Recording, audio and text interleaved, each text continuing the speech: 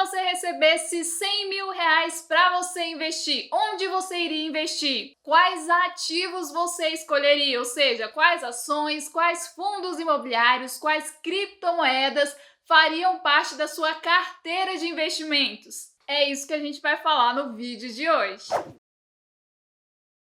Se você não me conhece, seja muito bem-vindo! Eu sou a Mari e hoje eu quero te mostrar como eu investiria 100 mil reais montando uma carteira de investimentos diversificada e protegida da inflação. E eu já adianto que nada do que eu disser aqui é recomendação de compra ou de venda de algum ativo e que a forma que eu investiria 10 mil reais, 100 mil reais, 1 milhão de reais é a mesma e eu vou mostrar ela hoje para vocês. Ai, Mari, mas como assim? Galera, independente do valor que eu estiver investindo, se for 100 reais por mês ou 1.000 reais por mês, a minha estratégia continua a mesma. Por isso que independente desse valor, nada vai mudar. Só que uma estratégia de investimento, ela varia de pessoa para pessoa, baseado em algumas coisas. Como assim? São 4 os pilares que você precisa definir para conseguir construir a sua estratégia. O primeiro deles é o tempo, tá? Por quanto tempo você quer investir? Se você quer investir para daqui 5 anos, 4 anos, 3 anos, você resgatar o seu dinheiro, então a sua estratégia de investimento precisa necessariamente estar mais alocada em investimentos que te dão a possibilidade de resgatar o dinheiro sem desvalorização. E que tipo de investimento que te oferece isso? Os investimentos de renda fixa, tá? O segundo ponto aqui é a questão do objetivo com os investimentos. Ou seja, você quer renda ou você quer ter um aumento de patrimônio. Se você quer ter dividendos ali, você quer ter uma renda mensal, existem tipos de investimento que são mais focados nisso. Por exemplo, ações de dividendos, porque tem ações que são focadas mais no crescimento, fundos imobiliários e alguns investimentos de renda fixa que vão ter ali a liquidez diária e você consegue resgatar quando você quiser. Mas dá para montar uma diversificação, porém, o foco maior seria naqueles investimentos que te dariam renda mensal. Quando você está focado em crescimento, muda totalmente. E dá para dentro de uma mesma estratégia ter um pouquinho de cada coisa e eu vou mostrar como para vocês. O terceiro ponto aqui é o seu porquê. Tem gente que está investindo, mas só está colocando o dinheiro lá e pronto. Então, se você não tem um objetivo com aquele dinheiro, você não sabe por que você está fazendo aquilo, isso vai te dar um trabalho. Talvez você queira investir ali durante 10 anos para se aposentar, mas nesse período aqui você quer aumentar patrimônio para lá na frente investir um pouco mais naquilo que vai te dar uma renda. Então, o seu porquê também interfere na sua estratégia. E a última coisa aqui é a questão do risco. Se você não quer assumir risco, se você não quer ver o seu patrimônio se desvalorizar, você precisa focar em investimentos mais seguros. Então, você não vai colocar muito em ação, você não vai colocar muito em fundos imobiliários, você vai evitar criptomoedas, você vai focar mais em investimentos também de renda fixa. Mas eu vou mostrar alguns exemplos aqui e vai ficar tudo mais claro na cabecinha de vocês logo logo. E aí, antes de eu mostrar o passo a passo que eu montaria aqui para definir quais ativos, proporção e tudo mais, eu tenho que falar duas coisas. A primeira, eu não investiria esses 100 mil reais com um assessor.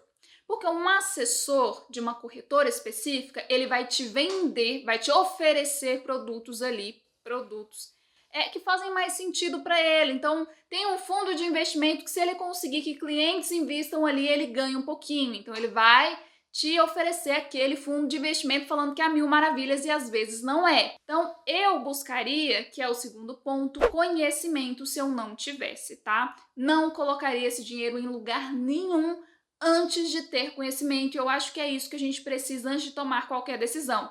Não entendeu como é que funciona? Não coloca o seu dinheiro ali. E o que eu quero dizer com entender como funciona? Eu quero dizer que você entendeu quais são as vantagens e quais são as desvantagens, porque todo investimento, independente do tipo, ele tem suas vantagens e tem suas desvantagens. Então vamos entender isso na prática. Como que eu investiria 100 mil reais? Onde eu investiria 100 mil reais?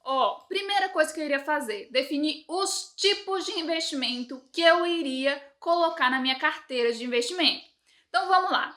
Existem dois tipos de investimento: investimentos de renda variável e investimentos de renda fixa. Renda fixa funciona um pouquinho diferente de renda variável. Então, sabendo disso, primeira coisa que eu iria fazer é: quais investimentos eu vou colocar o meu dinheiro?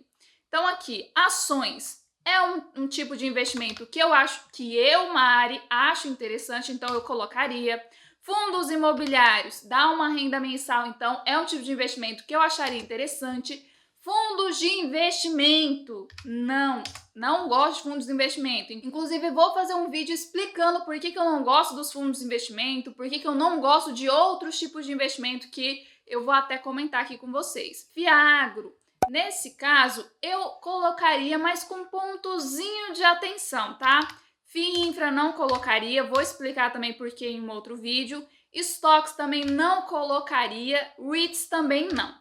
Por quê, Mari? Porque a gente está investindo aqui 100 mil reais. Minha visão é mais ou menos o seguinte: se eu não tenho 100 mil reais investidos, eu não vou investir lá fora.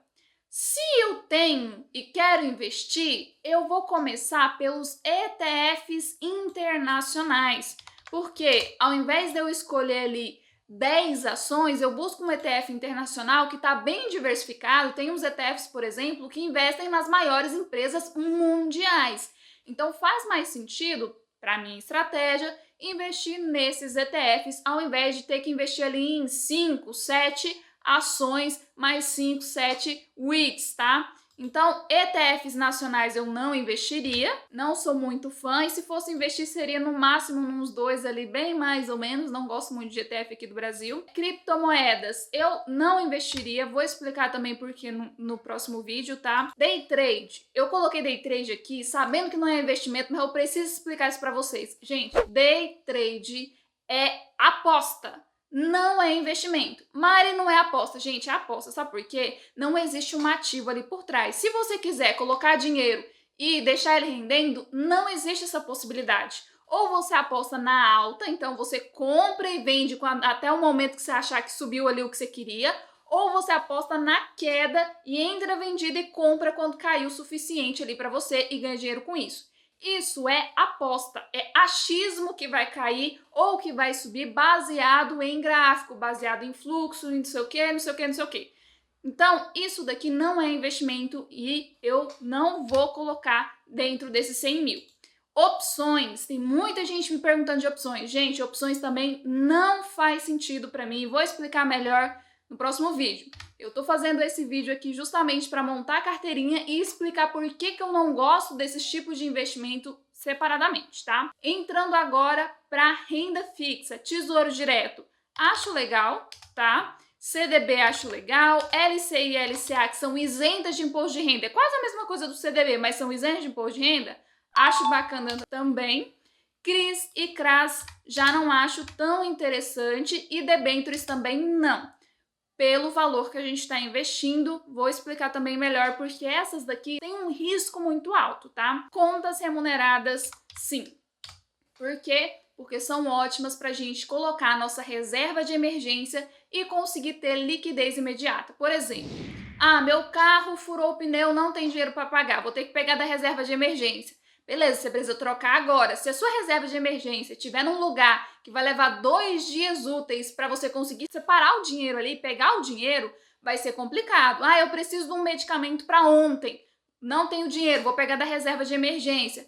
É a mesma coisa. Se você precisar levar 2 dias úteis, como é o caso dos CDBs, como é o caso do Tesouro Direto, dependendo do dia que você for resgatar ali, então você pode ter problema e por isso que eu acho interessante contas remuneradas. Mário, o que é conta remunerada?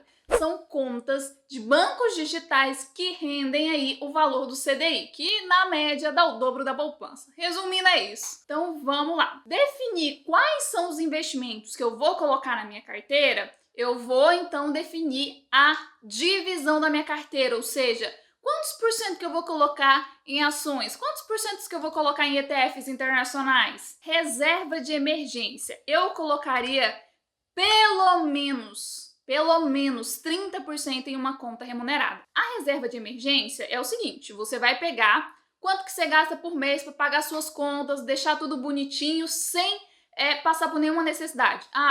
Eu gasto meu salário inteiro para fazer tudo que eu preciso fazer. Então eu ganho 5 mil reais, é 5 mil reais. Beleza, eu ganho 1.000 reais e dá para eu fazer todas as minhas despesas, tá tudo certo? Então é 1.000 reais. Você vai pegar esse valor, multiplicar por 12 e esse é o valor que você tem que ter na sua reserva de emergência.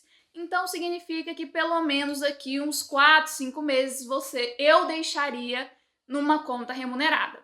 Para ser mais específico, eu gosto de ter 100%, tá? Para mim facilita muito. Eu já passei por uma situação, por exemplo, em que eu precisava pagar um medicamento e fazer um exame que o meu plano de saúde não cobria. E era muito caro e eu tive que usar durante muito tempo. Então, se eu tivesse esse dinheiro alocado aí em um CDB, que levaria 2 dias úteis para cair na minha conta, isso me daria uma complicação muito grande. Então, para mim, faz sentido ter 100% lá numa conta de um banco IT da vida, numa conta do Nubank, algum banco digital que você tenha mais confiança. Mari, não tenho confiança nesses bancos digitais nenhum. Então deixa na tua conta do banco lá na poupança rendendo quase nada, mas pelo menos você vai ter da onde tirar dinheiro caso você precise, tá? Dito isso, vamos lá. Quantos por cento eu quero ter em renda fixa? Quantos por cento eu quero ter em renda variável? Se você quer resgatar esse dinheiro em um prazo determinado, eu diria para você ter pelo menos aqui uns 70% em renda fixa. Porém, como eu estou investindo para o longo prazo, para aposentar mais cedo, eu colocaria aqui uns 20%. No máximo 30% e uns 80% aqui em renda variável. Então, beleza, a gente definiu aqui que 20% vai ser renda fixa, 80% renda variável, vamos colocar isso aqui, ó, 80% vai estar em renda variável, 20% vai estar em renda fixa. Mas como que a gente define quantos por cento vai estar em ação, quantos por cento vai estar em fundos imobiliários e tudo mais? A gente faz uma divisão. Qual tipo de investimento você se identifica mais dentro da renda variável? Eu gosto mais de fundos imobiliários. Então, vou colocar, sei lá, 30%, porque eu tenho um limite.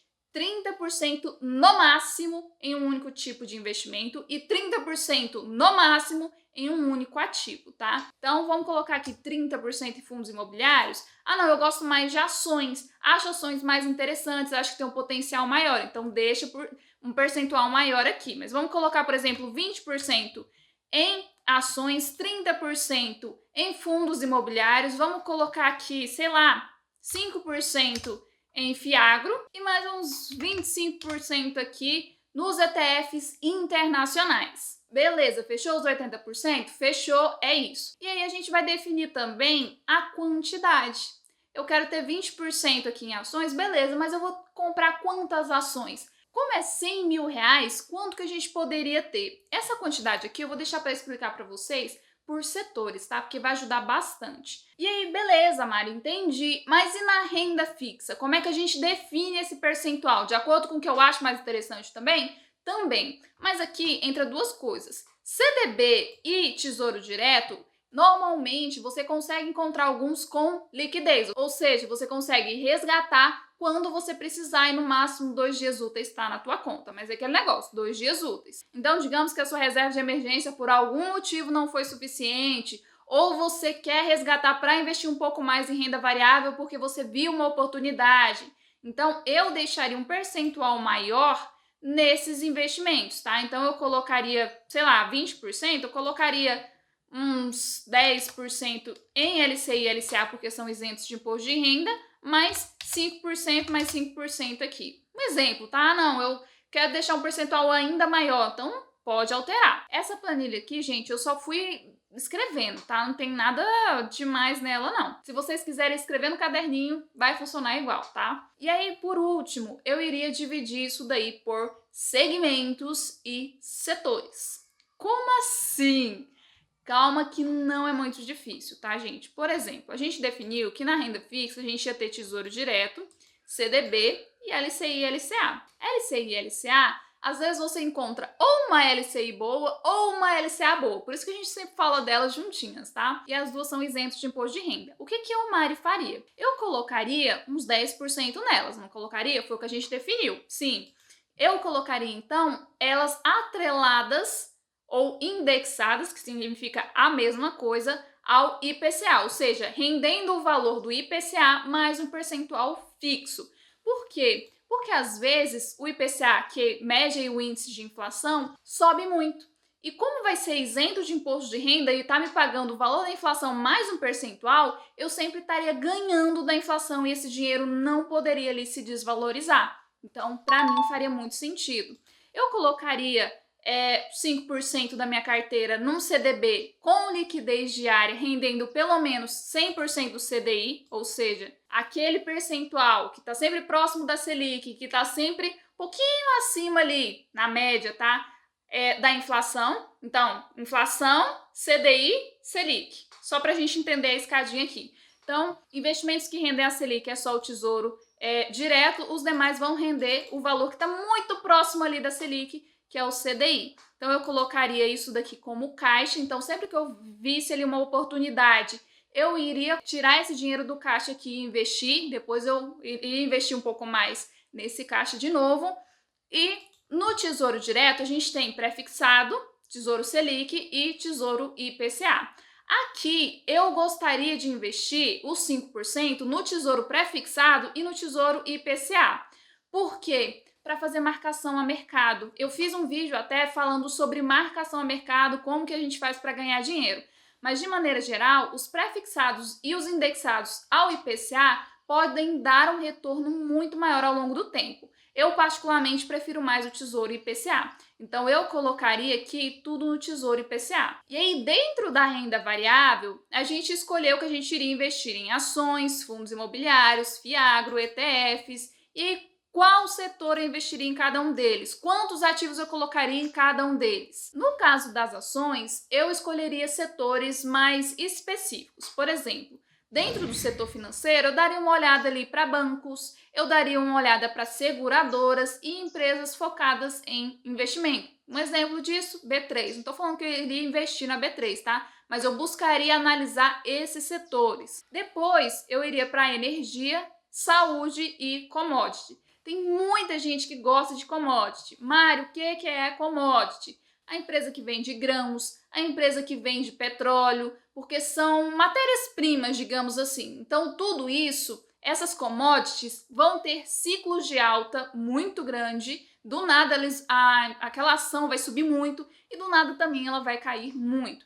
Então, é um setor que muita gente gosta, porém, é o setor que eu deixaria um percentual menorzinho, tá? Justamente por ter essa volatilidade grande. Se eu definir que 20% ia estar lá em ações, desses 20%, o máximo, não chegaria a isso que eu colocaria em commodity, seria 5%, tá? O máximo. Então, buscaria esses setores aqui. Dentro dos fundos imobiliários, já falei várias vezes, os setores que eu mais gosto são fundos de fundos, fundos logísticos, fundos urbanos. Até fiz um vídeo falando do setor urbano. Na verdade, eu fiz de todos esses segmentos aqui, mas enfim. Colocaria também shoppings, lajes corporativas, que são aqueles de escritórios que estão passando por um perrengue, então seria um percentual menorzinho. E fundos de papel, que seriam aqueles fundos de CRIs, tá? No caso dos fundos agro, existem dois tipos de fundos agros, que são aqueles que estão relacionados com a terra mesmo, o fundo foi lá, comprou a terra ou arrendou a terra. E existem aqueles que são atrelados a dívidas do setor do agro, então que são aí o que a gente chama de CRA. É como se fossem os papéis, os fundos de papéis dos fundos imobiliários, só que nesse caso aqui ele está relacionado à área do agro, tá? Então eu colocaria, por exemplo, um de cada ali num percentual bem pequenininho.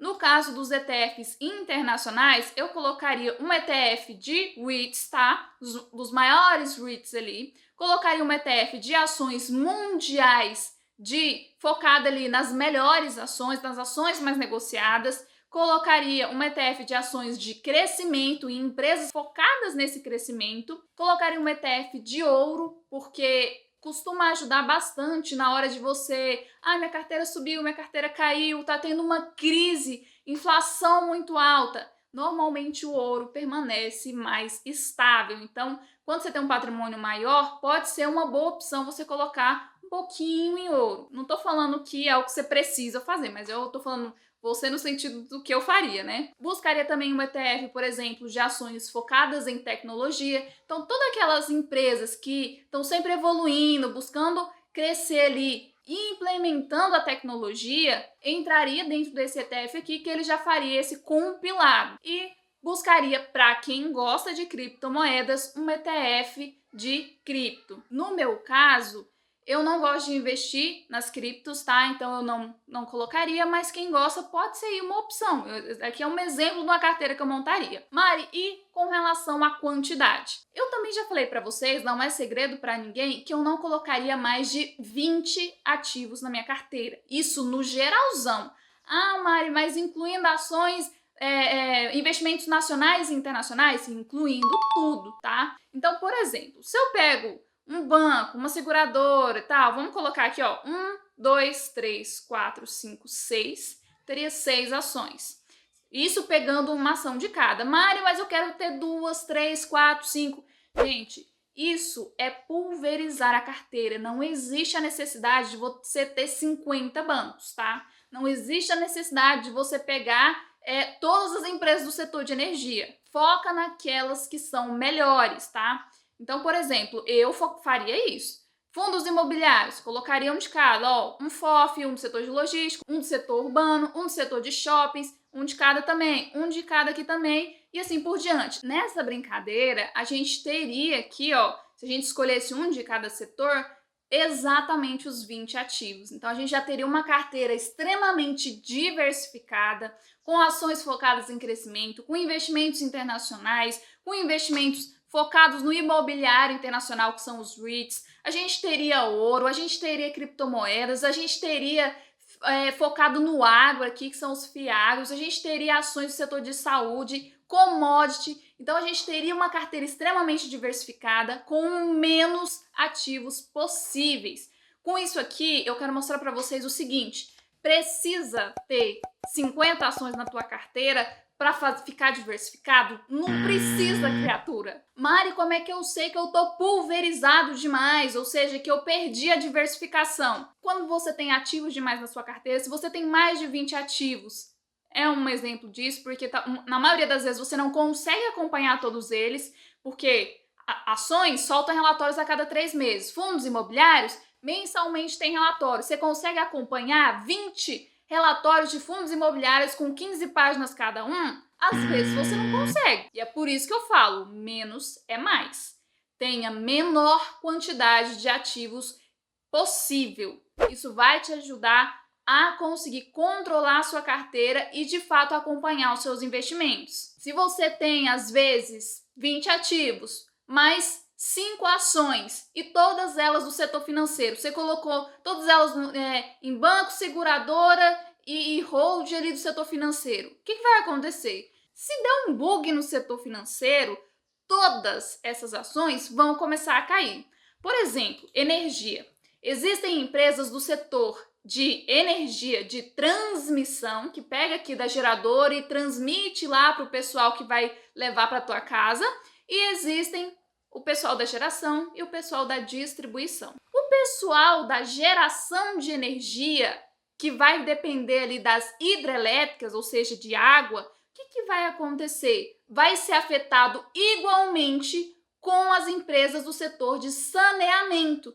Então, se você tem ali, eu tenho 3 ações de geração de energia e mais 2 ações do setor de saneamento, você está pulverizado, porque aconteceu alguma coisa no campo hídrico. Então, quando a gente volta aqui na questão de divisão de carteira e coloca a quantidade de ativos, ficaria mais ou menos assim, 6 ações, 6 fundos imobiliários, 2 FIAGROS e mais uns 6 ETFs aí. Poderia diminuir isso aqui? Poderia. Por quê? Quanto maior o valor que eu coloco em cada um deles, maior também vai ser o meu ganho, se eu fizer boas escolhas, é claro. E aí a gente pode ir mais a fundo e falar, beleza, eu tenho 6 ações. nesses setores aqui, quantos por cento eu vou colocar em cada uma delas? Aí eu não colocaria um percentual muito grande, tá? Eu dividiria isso aqui. Para o setor financeiro eu escolhi 4 setores: financeiro, energia, saúde e commodity. Então eu defini aqui que serão 20%, então eu colocaria no máximo 5% em commodity e o restante eu poderia diversificar aqui, colocar um pouco mais, colocar um pouco menos. Isso daqui fica a critério do que faz mais sentido para a sua estratégia. O que você entende mais? Coloca então um percentualzinho maior. Beleza, Mari, você não disse aqui o que eu queria saber, que é quais ativos especificamente você investiria, e eu sei que vocês queriam saber sobre isso, porém, eu vou fazer isso aos poucos na carteira do canal, tá, gente? Eu tô colocando ativo aos pouquinhos, vou mostrar para vocês os passo a passo, vou mostrar como eu investiria lá fora, tudo bem bonitinho, já mostrei para vocês alguns vídeos. E qual que é a dúvida da maioria? Quanto que tudo isso aqui iria render? Na média, tá? Média é média, lembra que não é regra, é média. Ações rendem média de 6%, fundos imobiliários rendem média de 9, 10%, isso atualmente falando, tá? Fundos agro rendem média de 10%. ETFs, se você pegar ETFs, vai render tipo 3%. Porém, lá eles focam em valorização. Então, essa parte de investimentos internacionais, você tem que olhar com esse olhar, tá? De valorização e não de dividendos. Tem muita gente que gosta muito de dividendos, porém, os dividendos lá fora são tributados e é um trabalhozinho. Então, foca em bons ativos ao invés de querer focar só em dividendos. E 3% lá é um dividendo bom, tá? Normalmente é difícil encontrar. E aqui a gente teria também um pouquinho em renda fixa. A renda fixa hoje está rendendo líquido pouco mais de 10% ao ano. Então, se você fazer uma média aqui, você teria mais de 8% livre de imposto de renda já, de média de uma carteira montada com essa diversificação. Mari, é pouco. É pouco, mas compare isso com outras coisas. E isso aqui a gente está falando de rendimento, a gente não está falando de valorização. Eu espero que vocês tenham gostado desse vídeo, espero que tenha aberto aí a mente de vocês para vocês conseguirem ter opiniões e visões diferentes sobre as coisas. E eu aguardo você no próximo vídeo aqui do canal. Tchau!